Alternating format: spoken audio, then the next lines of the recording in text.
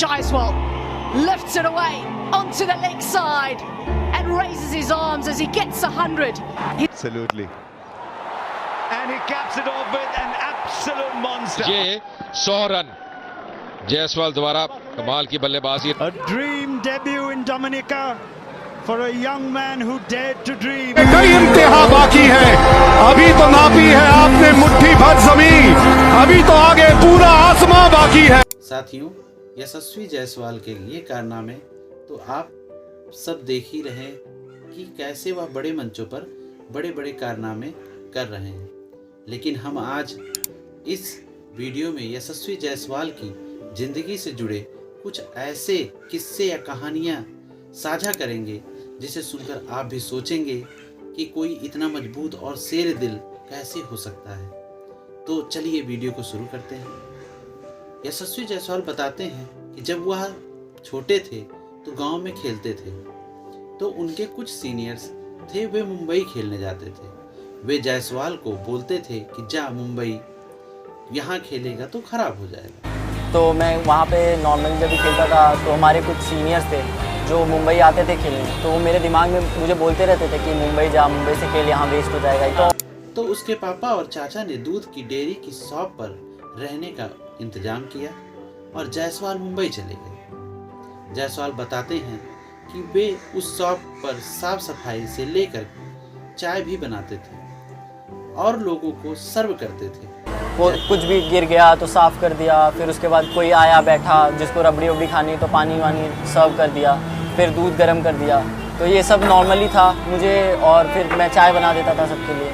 जायसवाल बताते हैं कि वे कहीं भी सो जाते थे, जहाँ जगह मिलती थी वह खाना खुद बनाते थे और खाते थे. वहीं पे कहीं भी सो जाता था.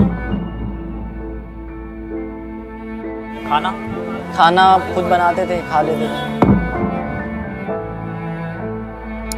जायसवाल बताते हैं कि जब वह प्रैक्टिस करने लगे तो दुकानदार ने उन्हें निकाल दिया था और बोला कि तू कहीं और देख ले. तो एक दिन मैं ऐसे ही प्रैक्टिस करके वापस आया, उन्होंने मेरा सामान बाहर निकाल के रख दिया, बोला आज से तू यहाँ नहीं रहेगा, शाम को.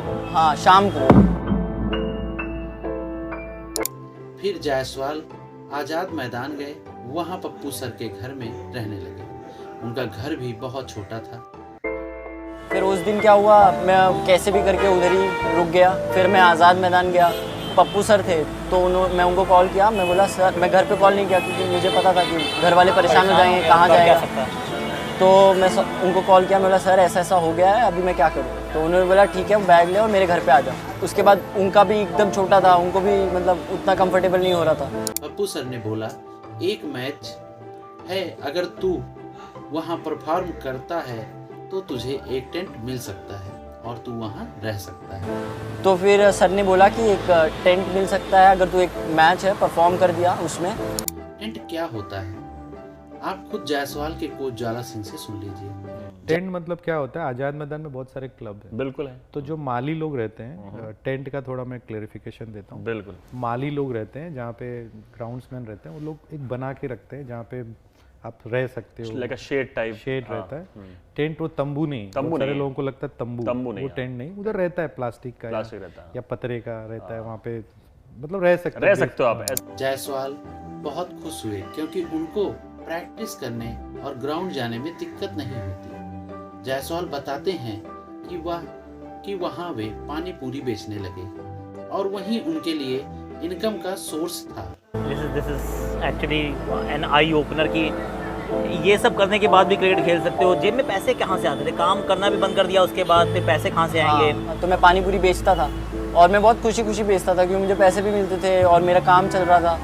वे बताते हैं कि जब बारिश होती थी तो पूरा आज़ाद मैदान भर जाता था और पूरे टेंट में पानी आ जाता था, लेकिन वे इन सब का एंजॉय करते थे. जैसे अभी बारिश है, जब भी मुंबई में बारिश होती है तो पूरा आज़ाद मैदान भर जाता है नी तक और पूरे टेंट में पानी वगैरह आने लगते रहते हैं. फिर गर्मी में भयानक गर्मी होती है. तो अगर पानी आने लग गया टेंट में तो फिर कहाँ सोओगे, सामान का क्या होगा? अगर जैसे पानी आने लग, जिधर पानी छूता था वहाँ से उठ के दूसरी जगह सो जाता था. जायसवाल बताते हैं कि वह रात में सबसे ज़्यादा शैडो प्रैक्टिस करते थे, लेकिन उनके बर्थ सर्टिफिकेट में फॉल्ट होने के चलते उन्हें कहीं खेलने का मौका नहीं मिल रहा था. यहीं से एंट्री होती है कोच ज्वाला सिंह की। जायसवाल ने अपनी पूरी स्टोरी ज्वाला सिंह की, उसकी कहानी से अपनी कहानी की याद आ गई।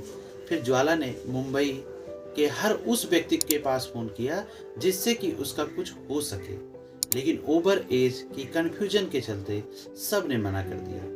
फिर ज्वाला सिंह ने मुंबई के अंडर 14 कोच के पास फ़ोन लगाया और सारी बातें साझा की और जायसवाल को कोच के पास ले गए। लेकिन उसके पहले कोच ज्वाला ने उसे अपने घर पर रखा और उससे प्रैक्टिस करवाया। फिर एक गाइड शील्ड करके टूर्नामेंट था।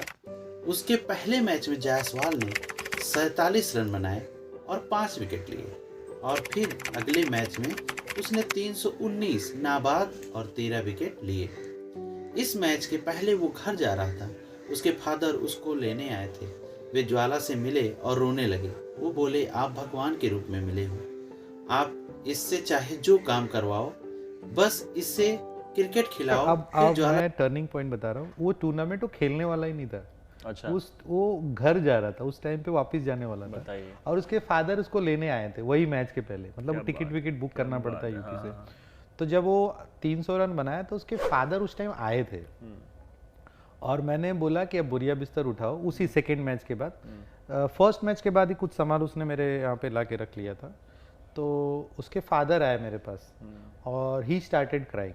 मुझे अभी भी वो दिन याद है कि वो रोने लगे। मैंने उनको गाड़ी में बिठाया, ग्राउंड से, एयर इंडिया ग्राउंड से घर ले गया और उस ही स्टार्टेड क्राइंग और बोले, एकदम भावुक हो गए और बोले, सर आप भगवान के रूप में हमको मिले हो और ये बच्चा मेरा इतना परेशान था, हम लोग को फ़ोन करता था, हम कुछ कर नहीं पाते थे सर, हम क्या करेंगे, हम तो गांव में रहते हैं, हमारे पास इतना कुछ है नहीं, ना रुपया है ना पैसा है ना हमको कुछ पता है। हम भी रोते थे, ये भी रोता था और हम लोग भगवान भरोसे छोड़ दिए इसको। अब आप मिल गए हो, भगवान ने हमारा सुन लिया है। अब आज के बाद ये आपका लड़का है, आप इससे घर में जो काम कराना है करवाओ, उससे झाड़ू करवाओ, पोछा करवाओ, बर्तन मजवाओ, इसको नौकर बना के, ये वर्डिंग उनके, मेरे बिल्कुल, हाँ, एग्जैक्टली। इससे मालिश कराओ, खाना भी अच्छा बनाता है, खाना भी बनाएगा और आप खाली इसके भगवान बन के इसको क्रिकेट सिखाओ, हमको कुछ नहीं चाहिए। फिर ज्वाला ने उसका सर्टिफिकेट सही करवाया और उसके 319 रन वाली पारी से उसकी जिंदगी का टर्निंग पॉइंट आया और फिर वह आगे बढ़ता ही गया। बाकी आगे की कहानी तो आप सब जानते ही हैं। जायसवाल ने पूरे वर्ल्ड क्रिकेट में अपनी इतनी कम उम्र में पहचान बना ली है। तो इस वीडियो में बस इतना ही। अगर यह वीडियो आपको पसंद आया हो तो इसे लाइक करें और चैनल को सब्सक्राइब जरूर करें। धन्यवाद।